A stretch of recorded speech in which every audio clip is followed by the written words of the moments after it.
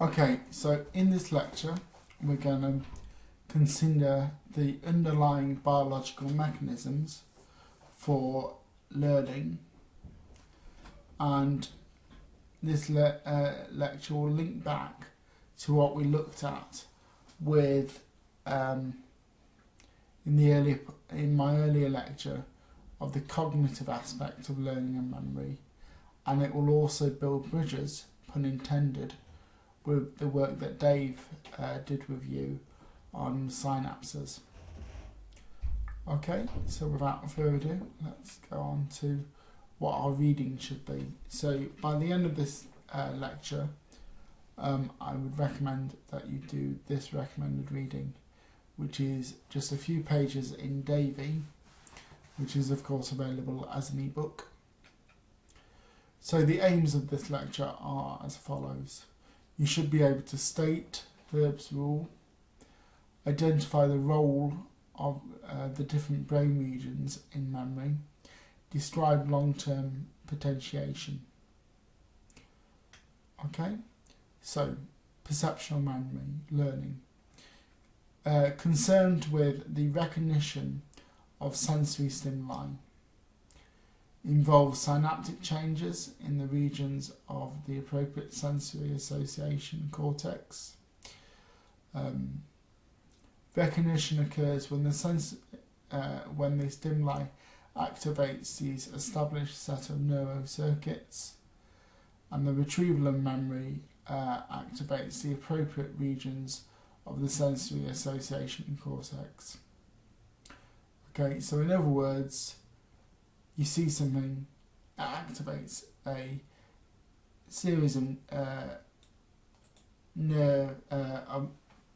neurons in the cortex, which then triggers another series of neurons in a different cortex, and you're able to recognise it. Okay, so let's have a think about classical conditioning now. So here we have a dog and a bone. So we'll give the dog a name, we'll call it Dave. So before conditioning, what you would have is you'd have the bone, which is known as the unconditioned stimuli, and when presented to the dog would start the unconditioned response, which is the drool. Okay, it's worth pointing out that you don't need to condition it, as dogs have an inbuilt mechanism wired in the brain that whenever they see food, they'll start to drool. Okay, it's part of evolution. Then you've got a neutral stimuli. So you've got a bell. If you're not conditioning the dog, then you'll play the bell, the dog will hear the bell, but nothing will happen. Then during conditioning, you'll have the bone, which is the unconditioned response, and then you'll have the drooling of the dog, which is the unconditioned response, and then at the same time you'll play the bell, and the dog will hear that bell while it's drooling. And then the post-conditioning is the bell or ring, which is the conditioned response, and then drooling. And the bell will ring on its own and will cause drooling. In this video, we'll introduce very basic concepts in classical conditioning by simulating Pavlov's experiments with dogs. Now you may be wondering, if I'm going to be dealing with human beings, why am I looking at a dog? The answer is that the same principles of behaviorism that apply to higher order animals also apply to us humans. So when it comes to classical conditioning, we aren't that much different from Rover here. We're presenting Rover with a stimulus here, a bell. When we ring the bell, there's no response in Rover. That's because dogs, just like human beings, are not naturally wired to have a response to a bell. Without conditioning, there is no response. Therefore, we call the bell a neutral stimulus. I can ring the bell repeatedly with no response from Rover. Next, we'll introduce Rover to a new stimulus, the sight of food and water. Rover's natural response to the sight of food and water is to salivate. He wasn't conditioned to have this reaction. It's natural, innate, or inborn, and automatic, not taught, not conditioned. So this stimulus is called an unconditioned stimulus, and Rover's response is called an unconditioned response. Next, we'll simulate Pavlov's experiment. We'll ring the bell and then present Rover with food and water. Rover salivates, not because of the bell, which is a neutral stimulus, but because of the food, the unconditioned stimulus. Now we're going to repeat this process. If we repeatedly ring the bell before presenting Rover with food, he'll be conditioned to respond to the bell. Now Rover will salivate upon hearing the bell, even in the absence of food. This response has been conditioned. It's now a conditioned response, and the bell has become a conditioned stimulus. So, to recap, the bell started out as a neutral stimulus. The food was an unconditioned stimulus. When Rover salivated upon seeing the food, it was an unconditioned response. When we repeatedly paired the sound of the bell with the sight of food, Rover was finally conditioned to salivate upon hearing the bell. The bell has now become a conditioned stimulus for Rover, and salivating to the sound of the bell is a conditioned response in Rover. Behavioral theory tells us that our behaviors have been shaped or conditioned by past experiences in much the same way that Rover has been conditioned to salivate upon hearing that bell, and therefore behavior modification is possible through conditioning. So now let's think about what's happening in the brain. So what you've got here is you've got a strong synapse and you've got a weak synapse. So you've got a neuron in the sensory motory system, which triggers the jaw, and you've got a bell in the auditory system for the neuron that will pick up sounds. So the synapse for the bell, the synapse for the bone will be very strong when, to trigger the jawing, but the synapse, and then when that's fired at the same time as the synapse that hears the bell, you'll have the weak and you'll have the strong. And we'll look at Herb's rule of why that's important in a moment. So, Herb's rule. So the hypothesis proposed by Donald Herb is that the cellular basis of learning involves the strengthening of a synapse that is repeatedly active when a postsynaptic neuron fires. So this is sometimes summary of if synapses fire together, then they will come together. Okay, if you want an easier way of remembering that.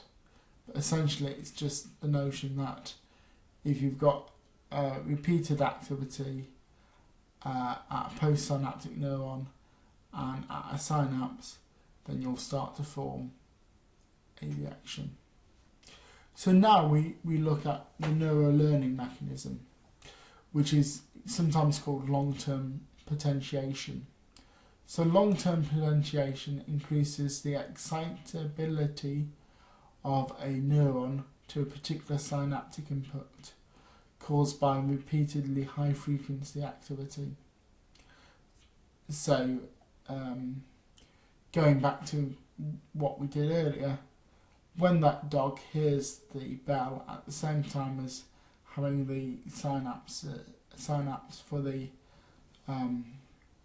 drooling fired, you're going to form that long-term potentiation. It requires activation of a synapse and depolarization of a postsynaptic neuron. In some instances, LPT is mediated by NMDA receptors. Okay, so LTP. The mechanism underlying LTP is a very complex one, but requires neurotransmitters to bind to the depolarization dendritic spines at the weak synapses. LTP is associated with the movement of AMPA receptors from the base to the tip of the dendritic spine. Now, what I'd like to do now is show you about a 10-minute video, which you're more than welcome to skip. And partly why I say that is because it does go into a lot of detail, and you don't actually need to know the detail for the exam, but I think it's such a good animation and it explains it. Brain is capable of storing information for as little as 30 seconds in short-term memory, or a lifetime in long-term memory. Think about the last time you studied for a test. The process of studying activates various pathways within your brain. The continued activation of these pathways is what leads to memory retention for long periods of time. Long-term memory has been associated with a horseshoe-shaped structure within the brain referred to as the hippocampus. This structure is found in both hemispheres of the brain within the medial temporal lobe and coordinates the storage and retrieval of memories. A closer look at the hippocampus reveals some major structures: the dentate gyrus, the CA1 and CA3 regions. Memory processing begins when signals enter the dentate gyrus from the entorhinal cortex via axons of the perforant pathway. Granule neurons, a type of cell within the dentate gyrus, synapse onto pyramidal neurons within the CA3 region. The CA3 neurons connect their axons, referred to as Schaefer collaterals, to the CA1 pyramidal cells. From here, the information is passed to the subiculum and then back out to the entorhinal cortex. A process referred to as long-term potentiation, LTP, is thought to be the cellular and molecular underpinnings of memory. LTP is a long-lasting enhancement in signal transmission between two neurons after repeated stimulation. LTP has been most commonly studied at the synapse between the Schaefer collateral axons of the CA3 neurons and the CA1 pyramidal cells. A closer look at the CA3-CA1 synapse reveals various structures that are involved in LTP. On the postsynaptic cell are both NMDA and AMPA receptors.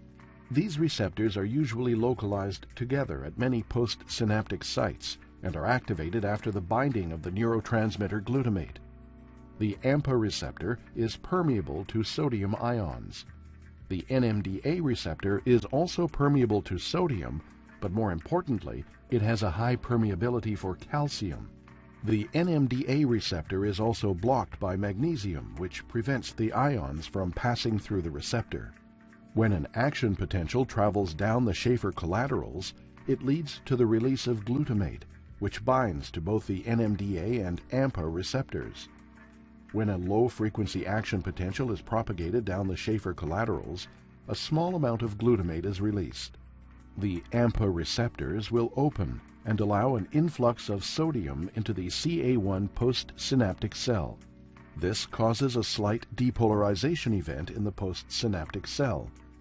The glutamate also binds to the NMDA receptors, but no ions will pass through the pore due to the magnesium blockade.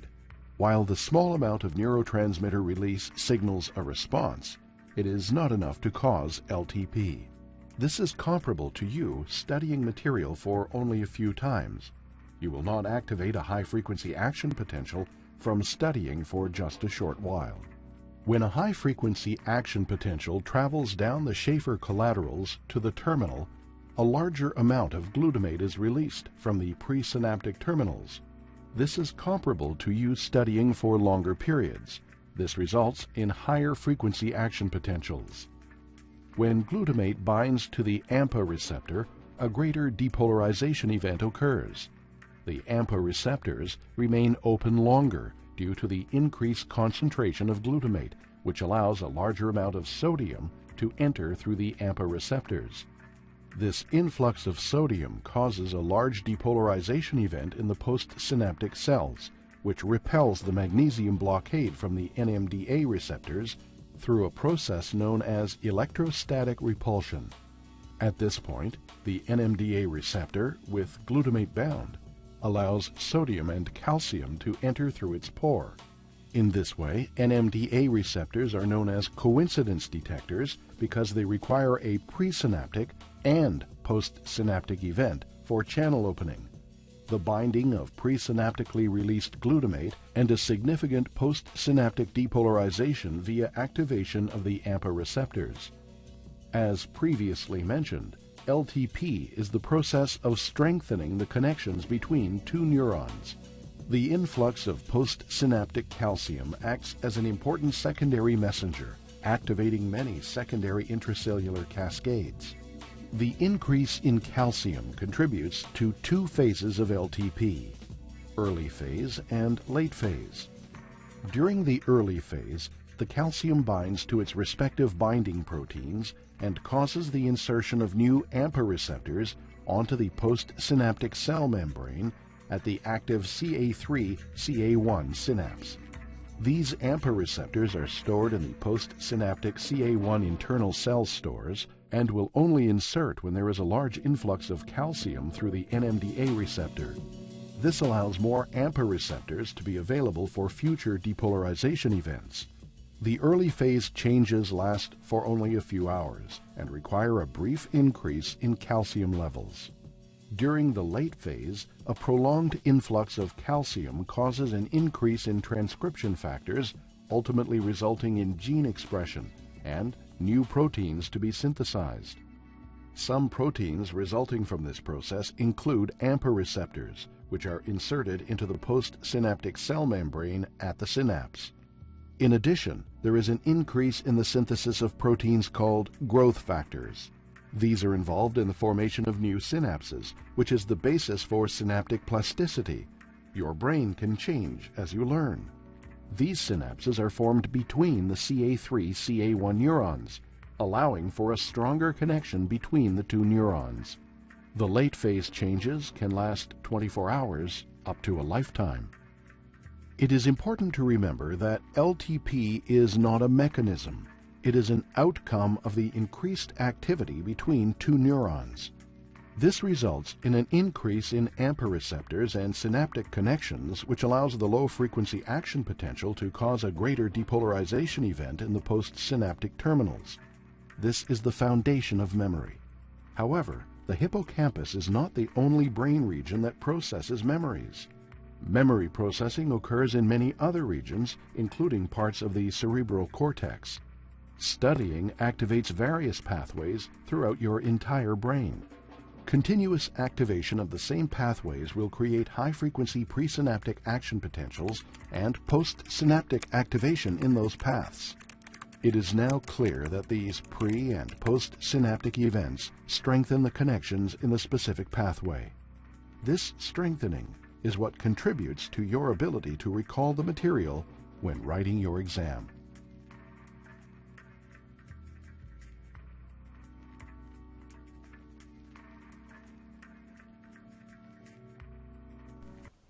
So here we have the lovely rat Sniffy, and what I can do is I can set it so that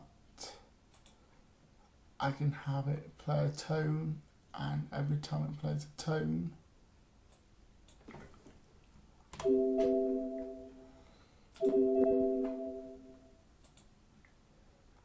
I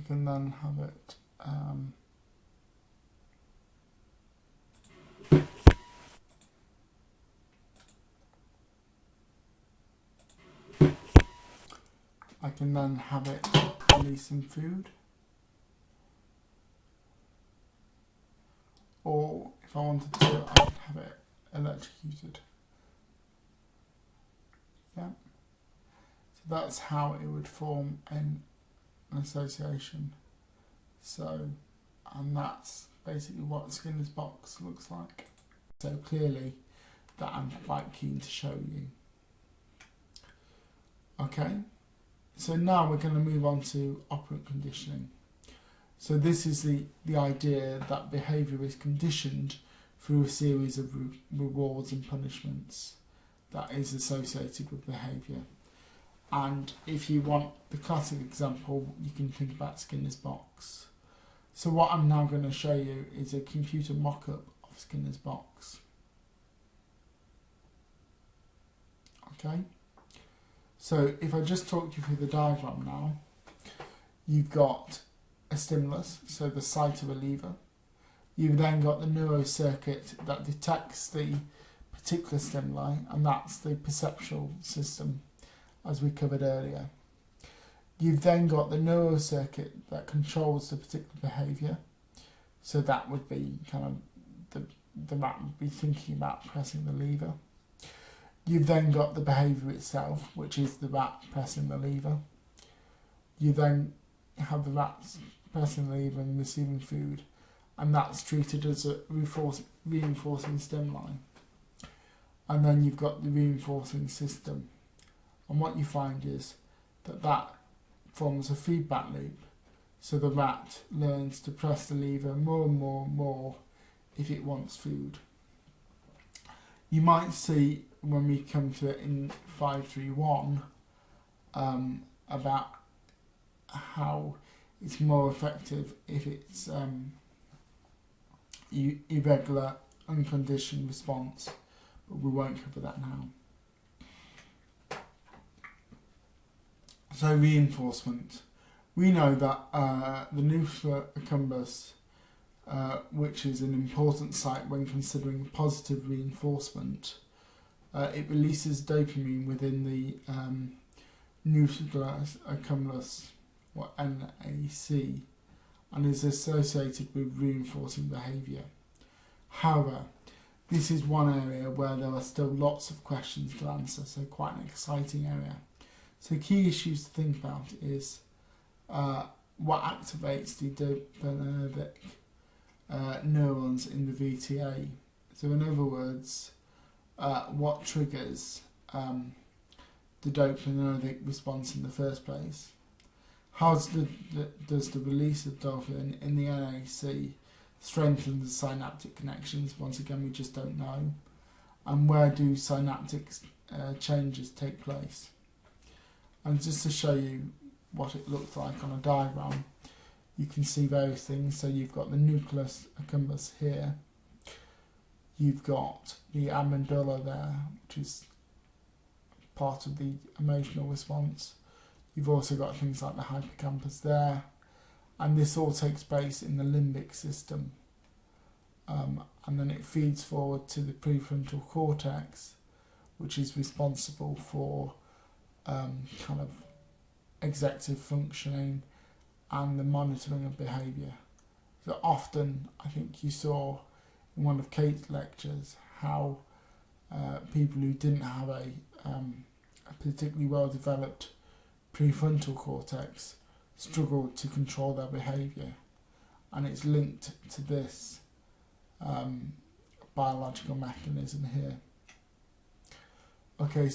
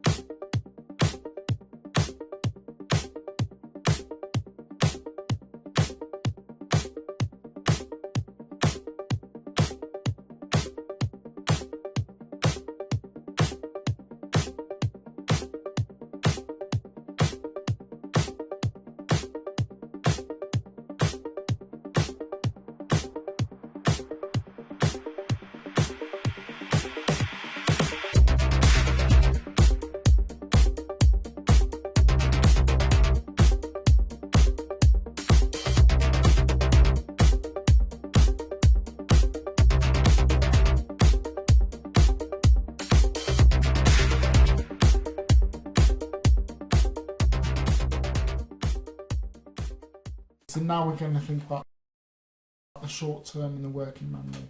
So a lot of this links back to what we did in the cognition part. So we've got the short term memory involves the prefrontal cortex, and the central executive of working memory is possibly also located here.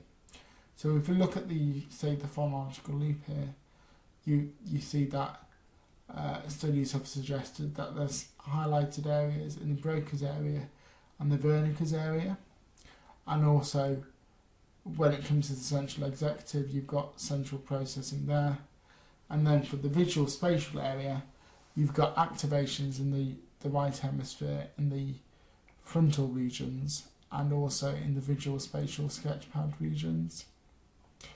Okay, and what we'll do is we'll just recap on what the working memory model said, and then we'll look at some further evidence of how it all fits together.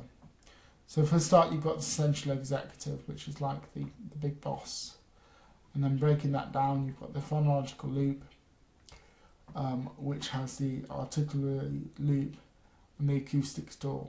So the notion that if you think about what we looked at with the irrelevant speech effect and articulate suppression, we looked at how the irrelevant speech, which would affect the acoustic store, didn't really stop encoding, but when you gave them articulate suppression, so when you asked them to say the, they weren't able to encode because the active articulate loop was unable to encode. And then on the visual spatial sketchpad side, we also looked at this idea of the visual cache and the visual scribe, and how that helped people remember what and where, and how what and where were very important. So if you're a little bit unsure, please take the time to go back, but if not, come with me and we'll look at some of the evidence.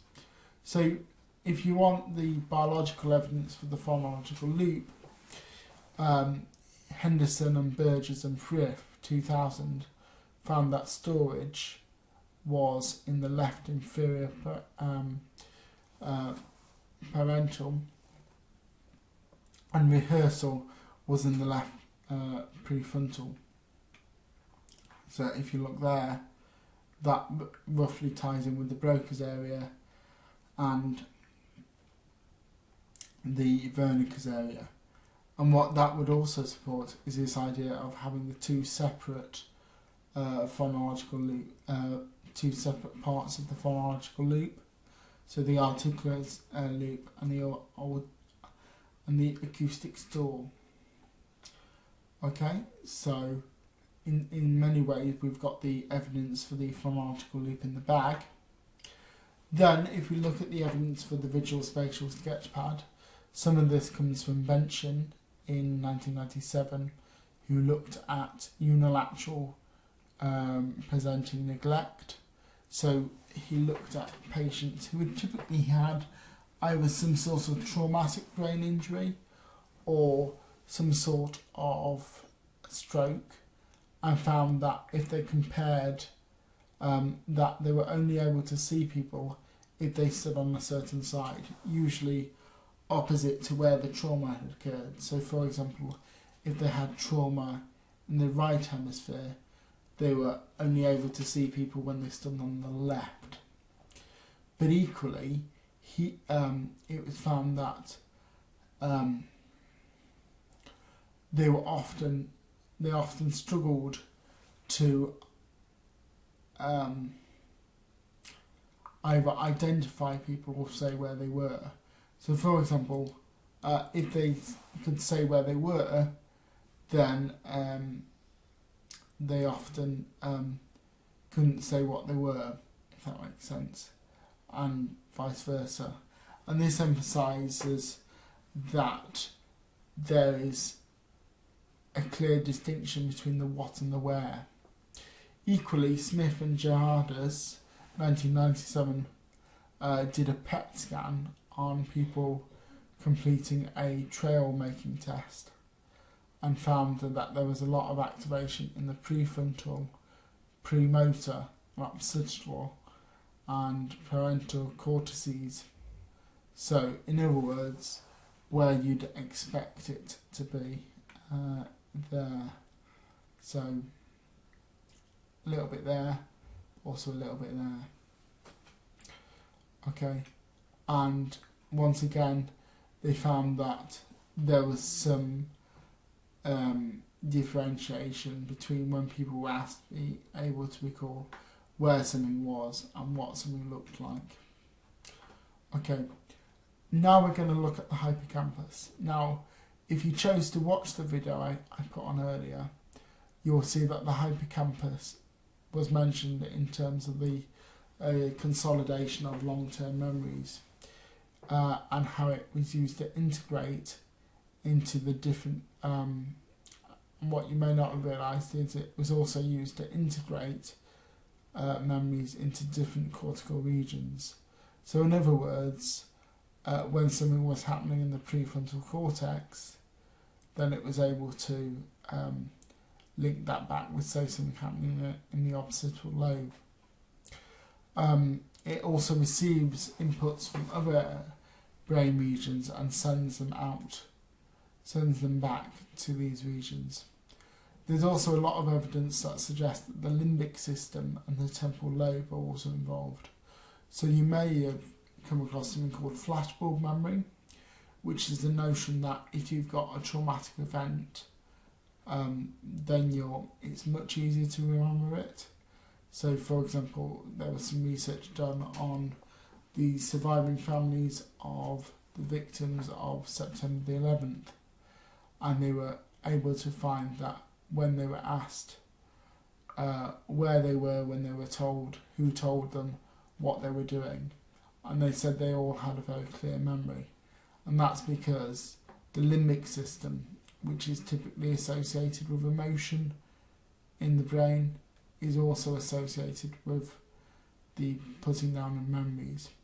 And equally, when we think about the temporal lobe, we looked at Bartlett's War of the Ghosts and how memory is a reconstructive process. And that's because the temporal lobe, which houses things like the hippocampus, is associated with the retrieval and also the laying down of memories. There's also implications of the hippocampus being implicated in spatial memory. And in fact, if you remember back to the previous lecture where I told you about Logie 1996 and how squirrels lost their nuts. So just to remind you, what John Logie did is he got some squirrels, allowed them to hibernate for winter, and as part of the hibernating process the squirrels go off and bury their nuts.